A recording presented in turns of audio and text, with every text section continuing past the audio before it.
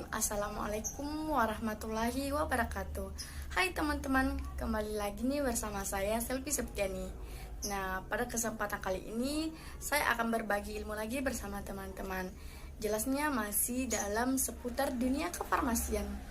Nah, pada video pertama saya pernah membahas tentang sejarah kefarmasian, dan video kedua saya pernah membahas tentang apa sih sebenarnya itu farmasi, dan video ketiga ini saya akan membahas tentang peranan kefarmasian dalam rumah sakit, apotik, industri, dan juga bisnis dari kefarmasian.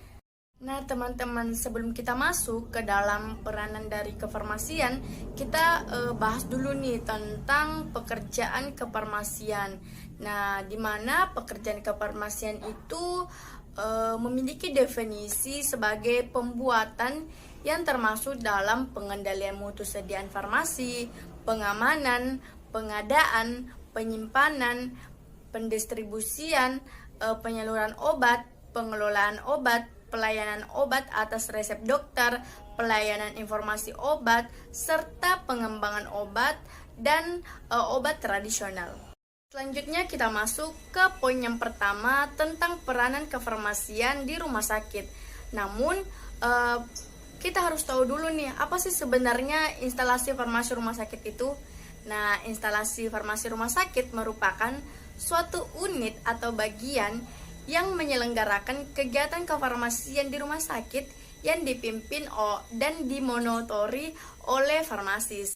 Adapun peranan kefarmasian di rumah sakit yang pertama itu pelayanan informasi obat atau biasa disebut dengan PIO, di mana PIO adalah kegiatan penyediaan dan pemberian informasi, rekomendasi obat yang independen, akurat, tidak bias, terkini, dan komprehensif yang diberikan kepada apoteker, perawat, dokter, dan tenaga medis lainnya.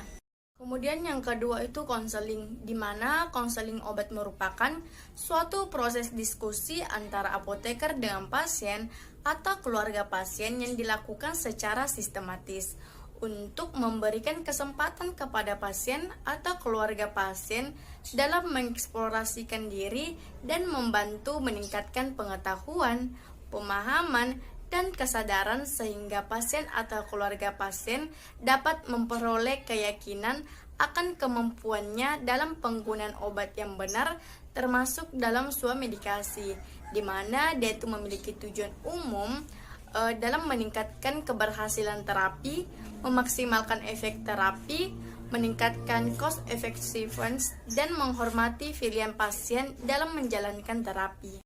Kemudian ketiga, visit, di mana visit merupakan kegiatan kunjungan ke pasien rawat inap yang dilakukan apoteker secara mandiri atau bersama tim tenaga kesehatan untuk mengamati kondisi klinis pasien secara langsung dan mengkaji masalah terkait obat, memantau terapi obat, dan reaksi obat yang tidak dikehendaki, meningkatkan terapi obat yang rasional, dan menyajikan informasi obat kepada dokter, pasien, serta profesional kesehatan lainnya.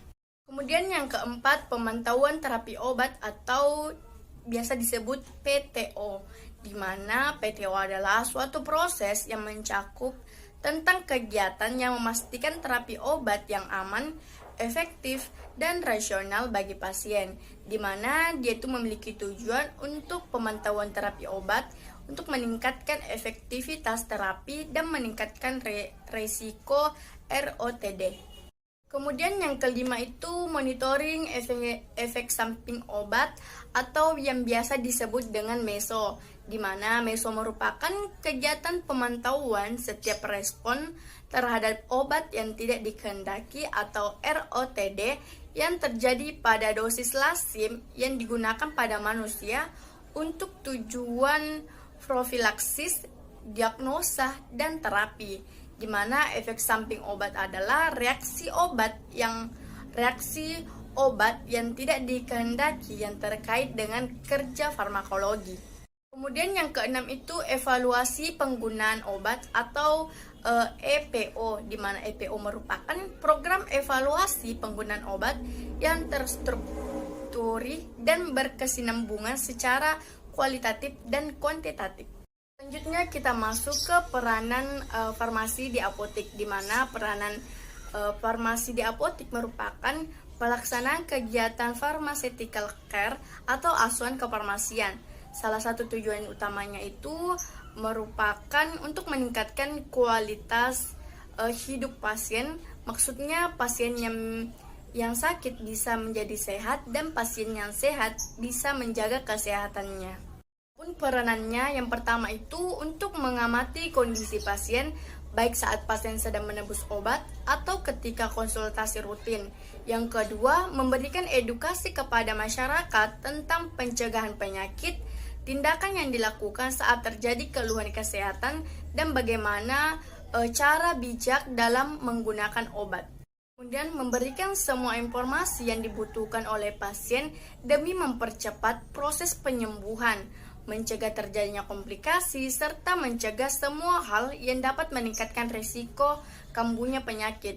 Kemudian menjelaskan tentang obat-obatan yang harus dikonsumsi, cara mengkonsumsinya, dosis, indikasi, waktu penggunaannya, sehingga cara menyimpan obat, serta mekanisme dalam membuang obat dengan benar.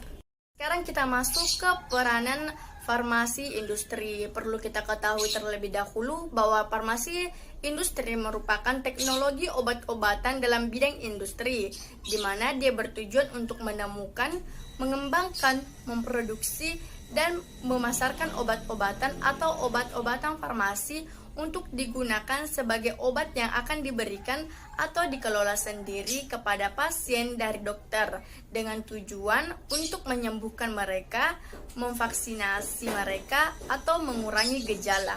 Adapun peranan farmasi di industri, yang pertama itu produksi. Pada bagian produksi, dia itu bertugas untuk menjalankan proses produksi sesuai dengan prosedur yang telah ditetapkan dan sesuai dengan ketentuan CPOB dan CGMP terbaru, dan harus selalu update karena obat merupakan komoditi yang memerlukan perlakuan khusus dari mulai bahan baku sampai pengemasan obat. Kemudian yang kedua itu pengawasan mutu. Kemudian yang ketiga, bagian pengawasan mutu, di mana dia bertanggung jawab penuh dalam seluruh tugas pengawasan mutu, mulai dari bahan awal, produk antara, produk ruahan, sampai produk jadi. Kemudian ketiga, pemastian mutu, di mana pada bagian pemastian mutu dia itu memiliki tugas untuk memverifikasi seluruh pelaksanaan proses produksi, pemastian pemenuhan persyaratan, seluruh sarana penunjang produksi, dan pelulusan produk jadi. Selanjutnya kita masuk ke bisnis kefarmasian, di mana perusahaan farmasi atau perusahaan obat-obatan adalah perusahaan bisnis komersial yang fokus dalam meneliti, mengembangkan, dan mendistribusikan obat, terutama dalam hal kesehatan. Contohnya itu seperti Kimia Farma dan Favros. Mungkin itu saja yang dapat saya sampaikan tentang peranan kefarmasian di rumah sakit, apotek, industri farmasi, dan bisnis kefarmasian. Semoga dapat bermanfaat ya bagi teman-teman. Lebih dan kurangnya mohon dimaafkan. Assalamualaikum warahmatullahi wabarakatuh. Dan terima kasih.